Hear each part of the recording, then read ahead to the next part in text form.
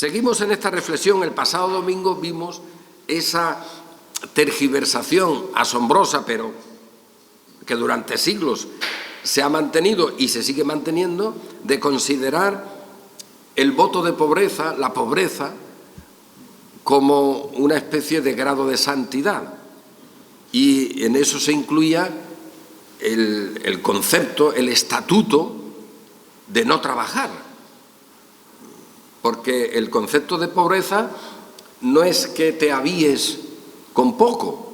La idea de pobreza está en depender cada día de lo que pongan en tu mano, o sea, de la mendicidad. Y esto es asombroso, que la mendicidad se considere un bien, y un bien sagrado. Y por eso existen tantas órdenes mendicantes, que tienen como su fundamento el que cuando alguien entra allí pierde ya sus propiedades y nadie tiene bienes propios. Y todo el mundo, en teoría, prevé que mañana le pondrán algo en la mano. Eso es una teoría. Luego esas órdenes tienen unas riquezas extraordinarias, esos elementos monásticos del voto de pobreza, pues ya sabemos por dónde anda ese voto. Puedes ir a cualquier ciudad y ves allí un monumentazo enorme. ¿Y esto qué es? Pues hijo de alguna orden del voto de pobreza, que han puesto el signo de la pobreza aquí. ¿No ves? La construcción, lo mejorcito de la ciudad. Pues mira, este es el convento de los que tienen el voto de pobreza, fíjate.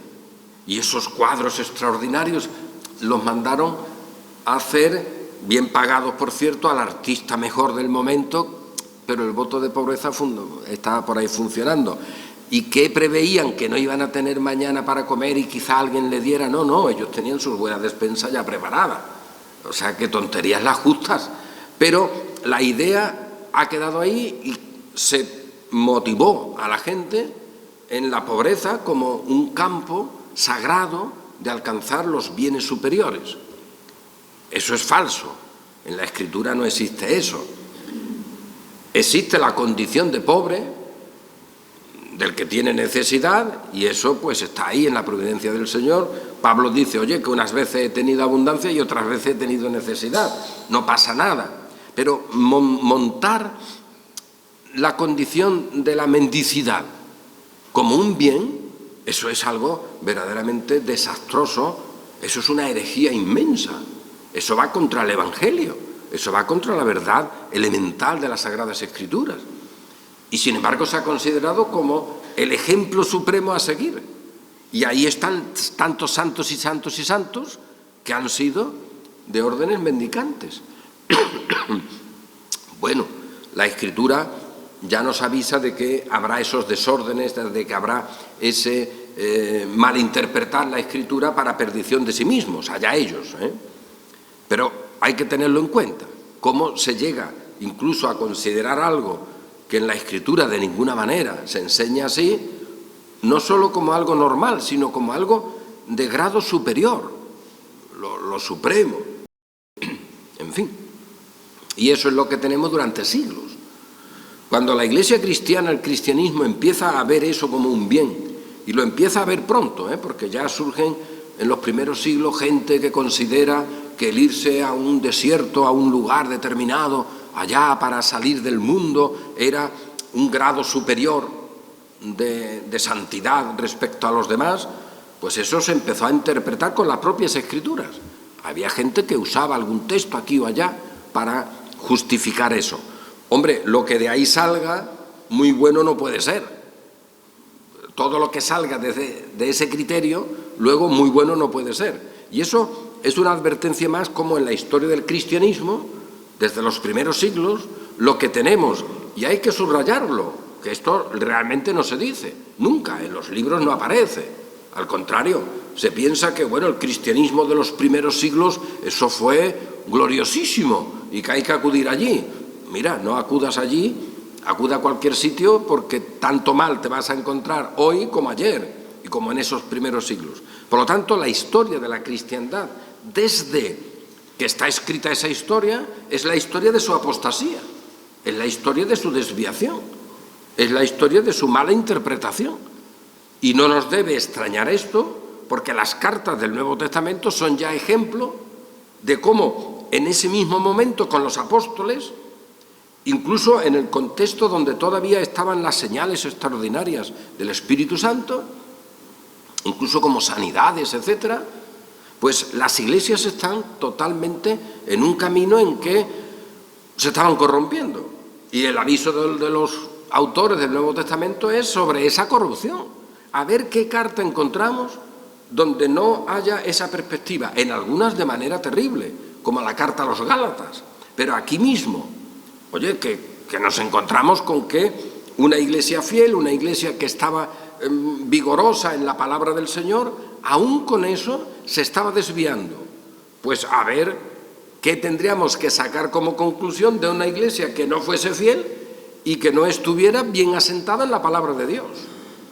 Una comunidad que no tuviera eso, pues por deducción podemos decir, está en la ruina total, porque si aún lo mejorcito ya se advierte que se está desviando, pues cuanto más lo regular.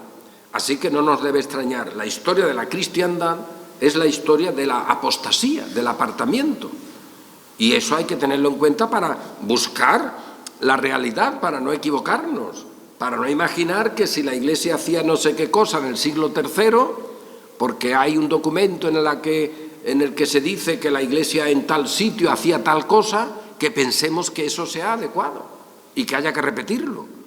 En la mayoría de los casos ya esas cosas que se dicen que se hacían son ejemplo de la corrupción que estaba en la Iglesia.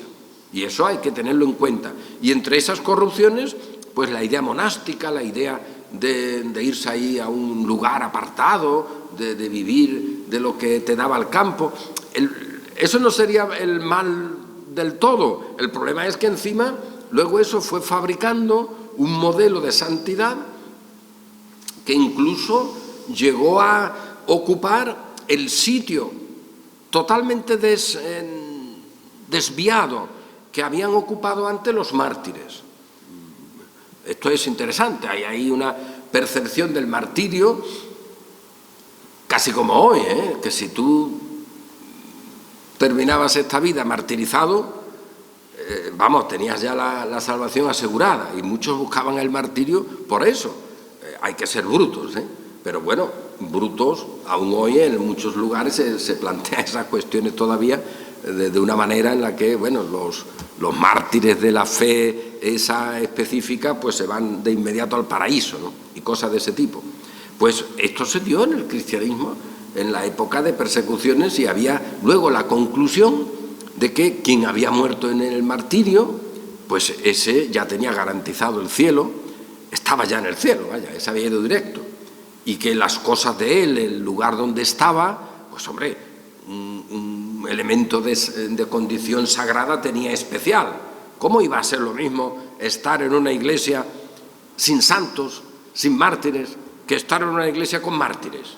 Anda, que se lo digan a un católico romano. A ver, en tu iglesia, ¿quién hay enterrado?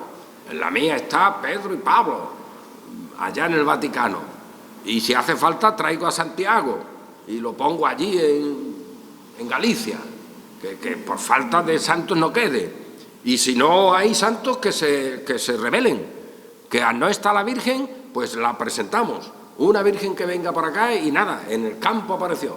Y ahí ese lugar es sagrado. Porque donde está, oye, si tú tocas aquello será una cosa notable. Y ese modelo, fijaos, de corrupción absoluta se sigue manteniendo hoy. Se sigue manteniendo hoy como si tal cosa, A veces se dice, bueno, pero fíjate, esta gente cristiana del siglo VI, del siglo X, qué ignorantes eran. Pues esa misma ignorancia, hijitos, está en la teología hoy, en la teología romana. El modelo sigue siendo el mismo. Pues todo eso, el modelo del mártir y tal, se fue ya acabando, porque claro, si se acaban las persecuciones, como no te tires de un balcón, morir por la fe tampoco es el caso, porque no te van a matar. Se acabaron las persecuciones, encima el cristianismo se transforma él en perseguidor, pues mártires ya dejaron de haber. ¿Y quién ocupó el lugar de los mártires? Pues esta gente que se iba a los desiertos. Entonces, si tú tenías en la iglesia un mártir antes, oye, esa comunidad ese entorno, allí había cosa sagrada, cuidado ahí, que eso no era un tema cualquiera. Donde hubiera mártires, esas iglesias tenían un prestigio notable. Y eso se seguiría haciendo hoy igual, Pero cuando ya se acabaron los mártires, oye, pues empezó a ver qué se coge ahora. Pues estos místicos, estos eremitas, estos monjes raros que se iban a algunos lugares y tenían allí una fama de santidad y vivían en el campo, etcétera. Bueno, y encima se rodeaban de gente que iba con ellos, allí se agrupaban, formaban unas reglas para vivir allí, y todo eso te daba después un prestigio enorme. Así que la iglesia, que ahora ya no tenía mártires, si tenía algún monje de estos raros, oye, pues ya tenía un prestigio que otras no tenían. Y eso es así. Por eso toda esta gente casi siempre eran de lugares cálidos, porque a nadie se le ocurrió en Siberia irse al campo allí a formar en una cueva un convento. Allí hace un frío enorme, pero en los países cálidos esto más o menos se podía ir haciendo y se hacía. Pues toda esa trama, porque esto es una trama diabólica, esto es algo que nada tiene que ver con la Escritura, esto no tiene nada que ver con el Evangelio, y se sigue aceptando como cosa normal. Increíble, pero es así. Por una parte y por otra, como si eso fuera algo que más o menos es de las costumbres que hace un grupo religioso. Oiga, eso no es las costumbres que hace un grupo religioso, eso es la negación de la palabra del Señor. Eso es una ofensa a lo que la palabra del Señor claramente enseña sobre el trabajo, sobre los frutos de la tierra, sobre la familia, porque claro, esos votos de pobreza y de mendicidad siempre iban unidos a que tú ibas por allá solo. Tú no estabas en el matrimonio se consideró un impedimento para eso, o sea, un caos. Y todo eso luego se considera en el mundo actual como el germen de la virtud y de la cultura europea. Hombre, no, hay que pensar en las cosas que han sido básicas para esa cultura, para ese modelo, y las otras que han sido un estorbo para el sentido común y para la enseñanza de la Sagrada Escritura. En la iglesia en Tesalónica estaba pasando, no por esas razones, pero estaba pasando algo que llevaba a algunos a no trabajar y encima entremeterse en lo ajeno. ¿Por qué? Porque pensaban que Cristo ya llegaba dentro de 30 días. Oye, pues, ¿qué vamos a hacer? Vamos a sembrar, vamos a arar. Esto está pasando con gente actuales que piensan que Cristo viene, pero claro, no como esta gente para el final, sino que viene para luego estar aquí 1000 años, ¿no? Y eso lo consideran como la gran esperanza. Señor, ven y soluciona lo de la tierra. Increíble, ¿no? Pues eso es lo que hay. Y lo que hay es cada día peor, Así que, hablando de una manera muy gráfica, tenemos que echar mano del garrote teológico y acudir, porque es que esto ya es el colmo, ¿no? El colmo. Así que garrote teológico, garrote bíblico y a poner las cosas, porque es un caos el que estamos viviendo y cada vez más. Oye, que alguien te diga que, ay, Cristo ven para solucionar los problemas del mundo, es decir, para que te quedes luego aquí solucionándolos. Hombre, ¿qué ideas tienes de ese Cristo resucitado, hijito? ¿Es que Él desde el cielo no puede solucionarlo? ¿Es que Él no puede mandar a sus ángeles si quiere?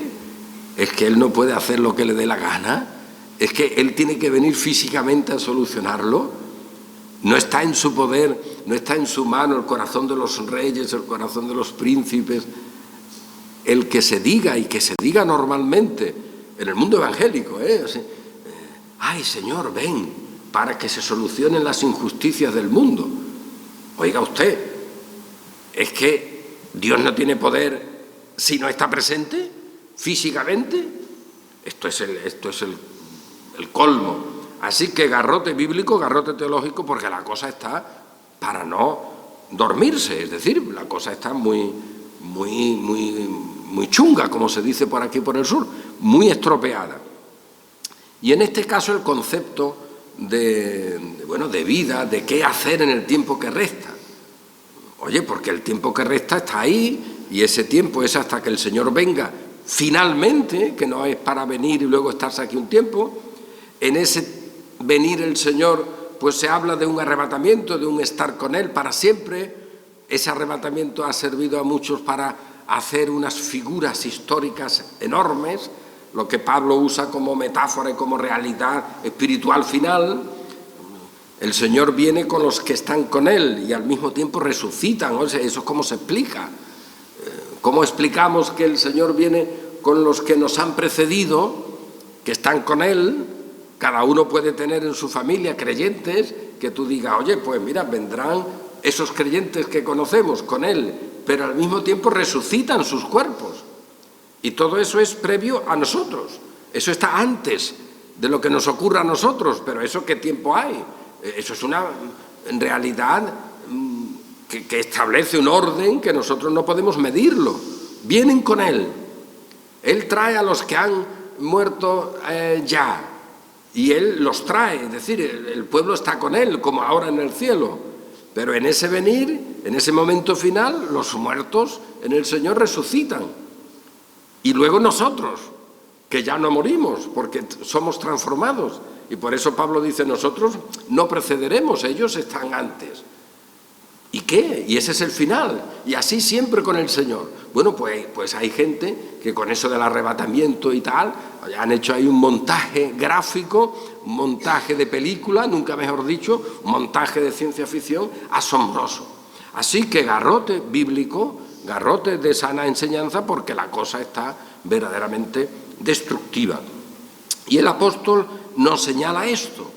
Oye, que algunos andan desordenadamente, lo dice en varias ocasiones, pero os ordenamos, hermanos, en el nombre del Señor Jesucristo, nuestro Señor Jesucristo, que os apartéis de todo hermano que ande desordenadamente y no según la enseñanza que recibisteis de nosotros. Y luego, porque también cuando estábamos con vosotros os enseñábamos esto, que es una especie de refrán, no es que lo invente el apóstol. Si alguno no quiere trabajar, tampoco coma. Porque oímos que algunos entre vosotros andan desordenadamente, no trabajando en nada, sino entremetiéndose en lo ajeno. Este andar desordenadamente es un texto que tiene que ver con la ética. Es un texto, y en esto Calvino hace, como era previsible, una explicación bastante sensata de su averiguación, de su exégesis de la Escritura. Oye, este andar desordenadamente, ¿qué significará? Pues mira, cuando no se anda conforme a la vocación que el Señor ha establecido, dice él. Oye, porque andar ordenadamente, ¿qué es? ¿Qué puede ser? Pues solo andar en la ordenación que Dios ha establecido. Y eso no tiene nada que ver con la salvación siquiera, sino con la naturalidad de las cosas. Al Padre, oye, pues hay un andar ordenadamente para que el Padre funcione como Padre. Luego habrá matices, habrá situaciones, el que está realizando un trabajo del que dependen otras personas, oye, pues hacerlo con la responsabilidad pertinente. El que está curando, pues curando adecuadamente, como corresponde a su función de curar. A nadie se le ocurre decir que se podría admitir que alguien que va a hacer una cura en una herida, pues estuviera jugando a los bolos. Hombre, no, tienes que estar allí con unos guantes, con unos aparatos, los que haya en cada momento, porque en cada época, oye, hoy tenemos unos artilugios muy interesantes, hace 100 años no existían, pero existían algunos. Lo propio para curar, pues que lo tenga ese en la mano y no jugando o no yéndose por otro sitio. Andar ordenadamente para aquel que tiene que curar una herida, ¿qué es? Pues que esté al lado de la herida, arreglándola con las herramientas que hay en ese momento. Que hoy diríamos, hombre, hay que ver lo que hacían hace 300 años y hoy eso se cura con tal o cual cosa. Muy bien, pero en aquella época era lo que había y andar ordenadamente era curar con lo que había. Y hoy andar ordenadamente es que esa persona esté allí. ¿Y eso alguien lo ve como extraño? No, es lo normal. Es el orden que el Señor ha establecido. Esa, asombrosamente, es la ética cristiana. Andar ordenadamente, y Calvino lo explica, porque luego hay esa idea de ética cristiana o ética protestante o calvinista como una ética capitalista, ¿no? Una ética de un capitalismo que no sé por dónde andará, pero que en la enseñanza de los reformadores y sobre todo de Calvino, pues es simplemente esto. Oye, que el Señor, y lo dice él en el comentario a esta segunda carta, que el Señor ha marcado a cada uno con las cosas que se deben hacer. Y esas cosas que se deben hacer, se tienen que hacer siempre para el bien de los demás. Oye, fíjate, ¿qué ética protestante? Pues sí, esa es una ética protestante muy bíblica, fíjate. No es la ética de los banqueros. Es decir, tú tienes que trabajar, tú tienes que desarrollar tu vocación, la que sea, y todas son legítimas y todas son santas. El zapatero, el que está haciendo una puerta, el que está vendiendo un producto, el que está conduciendo un carro, el que está en su casa cocinando, el que está cocinando para otros. Oye, que todo es legítimo y santo. Pues ya se ha acabado. De esa manera, fijaos, con el tinglado que montó la Iglesia romana y que le han seguido, de decir que el trabajo era algo inadecuado, que lo propio era no trabajar, la mendicidad, donde manda el Señor a pedir que eso sea lo bueno. Porque ya expliqué el pasado domingo, oye, Cristo mismo tenía su ministerio cubierto por aportaciones, entre otros, de mujeres. Sí, pero había un orden y había una planificación. Eso es algo totalmente contrario a la mendicidad.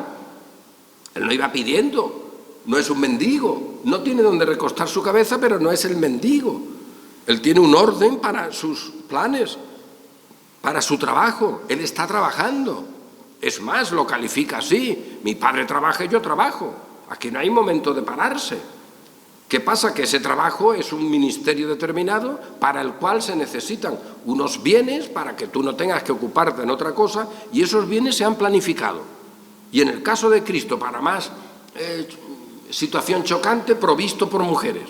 Bueno, es como si ahora dijéramos, oye, pues vamos a, entre varias familias, a poner cada mes un dinero, lo organizamos así, por lo menos para 3 o 4 años, y con eso habrá un misionero, una familia, que se pueda ir pues a tal sitio a predicar el Evangelio. Oye, eso es mendicidad, eso es no querer trabajar. Hombre, está trabajando en lo que el Señor ha establecido. Y el apóstol dice encima, y esto que es un derecho, que es lo normal en el ministerio de anunciar el Evangelio, según como se dé la circunstancia, pues yo, dice, no me he tomado ese derecho como algo para que se me aplique, porque con mis manos he trabajado. Podría haberlo reclamado, pero no lo he hecho. ¿Por qué? Porque hay contextos en los que incluso eso hay que plantearlo de otra manera, por el bien del propio mensaje, porque el mensaje se da en contextos en los que a veces el no trabajar con las manos, oye, puede ser un problema, o llevar una ropa o llevar otra. Vamos a hacernos a todos para ganar a todos, y eso es lo que está como lógica de la acción de la Iglesia. Pero eso nada tiene que ver con la mendicidad, como un bien, que es el colmo, ¿no? Eso ya sería el colmo. Y Calvino, comentando esta carta, pues lo que dice es, oye, que el Señor ha marcado a cada uno, lo ha señalado como condición normal de que tiene que servir con su trabajo, con su vocación, la gran idea de la vocación, es decir, de que cada uno tiene su proyecto, algo natural en cada uno, pues su vocación, pero siempre, y eso lo subraya Calvino, siempre para el servicio de los demás. No es un trabajo nunca capitalista para acumular, es el trabajo siempre para que sirva a los demás. Y dice, y si alguien no está sirviendo a los demás, anda desordenadamente. Oye, pues esto lo ponemos un poco en tranquilidad y lo apuntamos en algún sitio. Oye, esa es la ética cristiana. Andar ordenadamente es trabajar en todo campo legítimo, sea el que sea, para el aprovechamiento de los demás, de la comunidad. Y si alguien no vive para eso, para la comunidad, y vive solo para sí mismo, dice Calvino, que eso no está en los libros de ética, pero sería la clave de la ética cristiana o protestante, si alguien quiere darle ese título, que nada tiene que ver eso con los banqueros, nada tiene que ver con un capitalismo absurdo, que es un capitalismo en el sentido de que hay un capital ahí que se guarda. Pues sí, oye, si tú puedes hacer como carpintero 30 sillas para que tengan sillas los viejitos del pueblo, pues eso es un capital, claro, tú puedes hacer una para ti, pero como tu trabajo da para hacer 30, esas no te vas a sentar en ellas, hijo, para ti, no las vas a acumular, pues se colocan para los demás, y ese es el bien para los demás.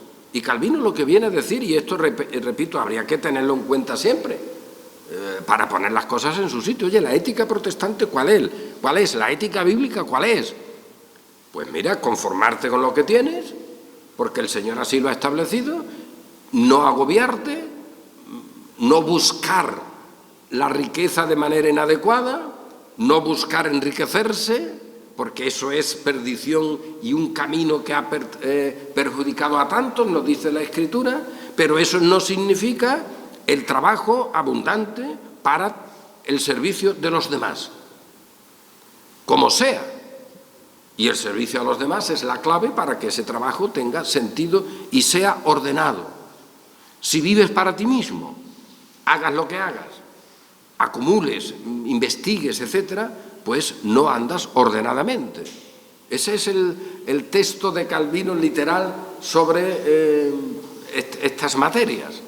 Oye, ¿y eso no es una ética adecuada hoy? ¿Qué filosofía política podemos poner ahí? Pongámosla que le dé la gana a cualquiera. ¿Eso qué es? Habría gente que diría, oye, pues eso se llamaría tal, o se llamaría tal en un sentido sociológico. Que se llame como quiera, que le den el nombre que quiera. Lo que se dice es que no puedes vivir para ti. Y que eso es el cristianismo. Y que esa es la enseñanza del apóstol Pablo en el tiempo que resta. En el tiempo que resta es que andes ordenadamente. Y andar ordenadamente, en esta enseñanza de Calvino, es con lo que el Señor ha marcado a cada uno. ¿Para qué? Pues para el bien de la sociedad, para el bien de la comunidad. Y si alguien no trabaja y vive funcionando para el bien de la comunidad, anda desordenadamente. Y luego dice el apóstol algo muy relevante, claro, para el asunto práctico. Por lo tanto, a esa gente que anda desordenadamente, señálalos y no te juntes con ellos. Pero no los consideres enemigos. Y aquí hay, como pasa en la Sagrada Escritura, pues tantas cuestiones que son problemáticas. Oye, ¿esto cómo se aplica? Pues no tenemos una regla. No podemos tener aquí una falsilla, no podemos tener una especie de puntos en los que al pasar un plano queda la gente señalada. Esto es variable, y además lo que sí queda claro, y eso no es problemático, lo que sí queda claro es que la comunidad tenía que salirse, desprenderse de aquellos que andaban desordenadamente. ¿Y esto qué significa? Pues que no sean modelo, que la comunidad, el mensaje, la palabra del Señor, vuestra esperanza, no se identifique con los que andan desordenadamente, porque luego estos que andan desordenadamente son los que más ruido van a hacer y los que más veces van a estar en la calle. No tienen otra cosa que hacer excepto meterse en lo no adecuado, y la idea es que la comunidad no sea identificada con estos que andan desordenadamente. Bien, esa es la regla. Luego vamos a aplicarla. Pero la regla es esa, la regla no es problemática, la regla es evidente, que la comunidad no se identifique con los que andan desordenadamente, y para eso sepárate de ellos. Que la gente sepa, no, mira, esa persona dice tal y cual cosa, pero no es de la comunidad de los que tienen esa esperanza y de los que trabajan sosegadamente en sus trabajos para tener para ellos y que compartir con los demás. Esos no son los representantes. Esa es la idea. Luego el apóstol dice, pero no los tengas por enemigos. ¿Por qué? Porque no son enemigos. Es decir, aquí hay que hacer la transición necesaria de cómo el apóstol Pablo y otros, consideran a gente con las que claramente tienes que mantener un rechazo absoluto porque son enemigos, y a esos ni agua, con aquellos que están equivocados, que van por sendas estorbadas, pero que tampoco son enemigos en el sentido de los demás. No son los enemigos que quieren destruir, sino son aquellos que han recibido de los enemigos el impacto y están siendo ellos destruidos, están desviados, pero son hermanos. Ahora bien, eso no significa que todo sea igual. Fijaos, si queremos, aquí la cantidad de matices y la cantidad de capítulos que podemos hacer para hablar de una ética cristiana aplicada en la Iglesia, en cualquier comunidad, por pequeña que sea. Oye, ¿cómo funcionamos nosotros? ¿Qué tendríamos que hacer? Pues mira, de momento, asegurarnos de que una cosa es la comunidad que tiene la esperanza de la vida eterna, que eso es lo que lo caracteriza, a ese núcleo respecto a otros, que vive en el Señor, que espera al Señor de los cielos, que confiesan su palabra, que extienden su palabra. Oye, eso es la comunidad cristiana. Pero luego hay gente en esa comunidad que anda desordenadamente. Pues la comunidad tiene que decir, tonterías en la justa, mimos los justos. Oye, tú no eres el modelo, así que tú no eres el que representa a la comunidad, pero no te quito la salvación por un tipo de conducta, pero no eres el que representa a la comunidad. Por lo tanto, que eso te quede claro y avergüénzate. Eso es dificilísimo de hacer, pero bueno, Pablo asume que la comunidad lo podía hacer, ni siquiera uno u otro dentro de ella, sino la propia comunidad, que diga, oye, nosotros estamos en este camino, tenemos esta esperanza, somos calificados por el Señor de esta manera, nuestro vivir es ordenado porque vivimos para el servicio de la comunidad, ni siquiera el servicio de la Iglesia. La idea es el servicio de la comunidad, de la gente, del prójimo. Y otros viven para sí, no trabajando en nada incluso, pero viven para sí. Por lo tanto, que la comunidad no se identifique con estos, sino con los que hacen cosas para las demás personas. Fijaos que entonces hemos ya roto, hemos destrozado el modelo de santidad, el modelo de ejemplaridad que muchas veces se ha dado. Porque si tú estás en una cueva, allí dándote pedradas en el corazón, hombre, pues modelo no eres. La comunidad tiene que separarte, tiene que decir, no, pero aquí la Iglesia santa, la Iglesia triunfante, la Iglesia celestial, es la que hace una mesa, fíjate, la que hace una comida, la que arregla el campo, la que recoge los bienes del campo, la que los transporta, la que comercia con esos bienes, la que cura una herida, la que investiga para ver cómo se curan mejor las heridas en su laboratorio. ¿Para qué? Pues para hacer el bien a los demás. Esa es la Iglesia santa, no la de ese fulanito que anda por ahí en una cueva diciendo que tiene visiones y que es un santo y que está en el cielo. Estará en el cielo tú, pero en el cielo no hay que estar en la tierra cuidando a los de la tierra. Por lo tanto, ese no es el modelo. ¿Y qué ha quedado en el cristianismo? Pues que los modelos son esos. Esos son los santos. Los santos son los que han vivido como ese, que son los grados superiores.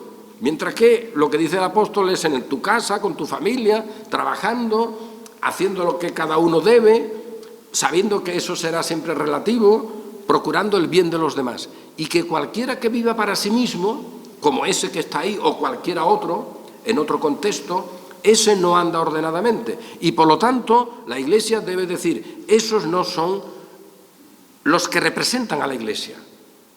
Pero tampoco les quito la salvación. Porque lo que Pablo dice, están siendo influidos, desviados por estos falsos, que a estos sí que hay que darles el palo. A estos hay que calificarlos como enemigos. A esos sí se expulsa de la Iglesia. A esos sí que tienes que considerarlos como enemigos de la cruz de Cristo. Claro, esos son unos.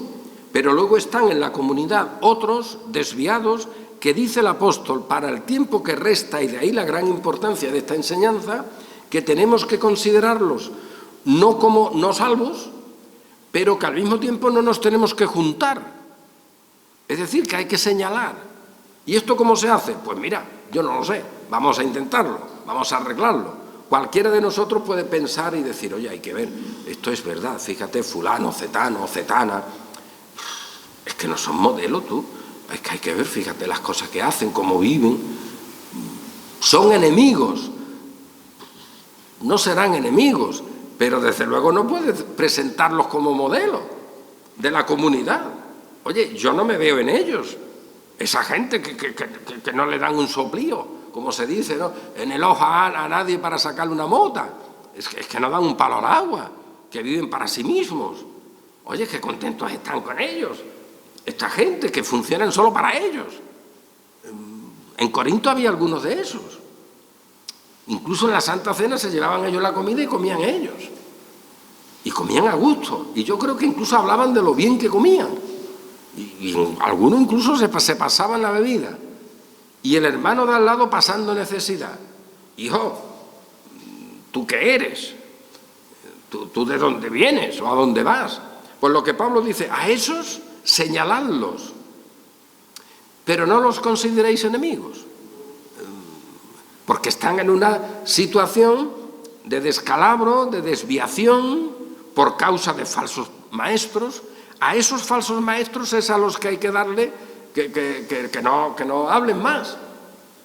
A esos hay que frenar la boca. Y eso es lo que aquí se nos dice. Y esto es una situación sin duda problemática. No por lo que se dice, que está claro, sino, evidentemente, imaginad que nosotros ahora nos pusiéramos a aplicar eso de inmediato. Oye, pues ahí nos encontraríamos muchas situaciones. Estos hermanos, a ver, ¿son o no son? Porque, vamos, es que no dan una, ¿eh? Es que son unos egoístones, que solo piensan en ellos. Oye, fíjate, que para los demás es que no le dan ni un lápiz. Esto es terrible. Y son hermanos. Y ellos, más o menos, vienen al culto, o no vienen, o medio vienen al culto. Y ellos, si tú les dices, dicen que creen en Cristo. Ellos, si alguien les dice de dónde son, te dicen que son de esta iglesia. Pero ahora, esta iglesia puede ser mostrada a alguien por esas personas. Y la mayoría diríamos, de ninguna manera. Bueno, la mayoría, digo yo, habrá iglesias donde sea lo común, digo yo, también habrá de todo. Pero el problema que se plantea en la iglesia en Tesalónica es este. Oye, a estos hermanos que andan desordenadamente, equivocándose, ¿qué hacemos con ellos? Pues tampoco puedes quedarte como si no pasara nada, como si fueran la iglesia en el sentido de testigos de la misma y testigos de la esperanza y modelos. No. Por lo tanto, sepárate. ¿Cómo se hace eso? Pues a ver cómo se hace. Quizás en alguna conversación, hombre, no creo que haya un título en el cual haya que ponerle a uno, tú eres un hermano de los que están fuera, o cualquiera sabe, ¿no? Hombre, eso no existe, no existe una pancarta con la que uno tenga que ir, yo soy creyente, pero asisto a esa iglesia, pero yo no soy el que puede representar lo que cree. Eso con una pancarta no habrá. Pero habrá que hacer algo, porque el apóstol dice que hay que hacerlo. Ahí entra la condición problemática del tiempo que resta. Y si alguien quiere pensar que esa situación es sencilla, pues sencilla no es. Es complicada, porque aún en una pequeña congregación, fijaos en qué situación nos encontramos. Podemos pensar en una gente o en otra y decir, oye, ¿qué tendríamos que hacer con estos? Esta persona que hace esto, que son puros egoístas, oye, que es que nada más que piensan para ellos. Calvino diría de inmediato, andan desordenadamente, porque la vocación del Señor es hacer todo lo mejor posible, las cosas que puedas hacer para los demás. Esa es la idea, esa es la ética cristiana, es el amor, vaya. Tú, hombre, come y trabaja y ten tu casa adecuada y tus herramientas buenas para hacer bien tu trabajo, sin duda eso es legítimo, pero el trabajo es para los demás. Investiga, pero investiga para los demás, y no para ti o para tu poder o para tu riqueza, etcétera, ¿no? Pues ese modelo de ética, podemos decir ahora, oye, pues fulano, cetano, cetanitos, eso es algo que no cuadra por ahí ni asombrándose, ¿no? Ni asombrándose uno se lo encontrará algún día de cosa especial. Pero no son enemigos. Pues vale, pues ahí tenemos ahora esa situación.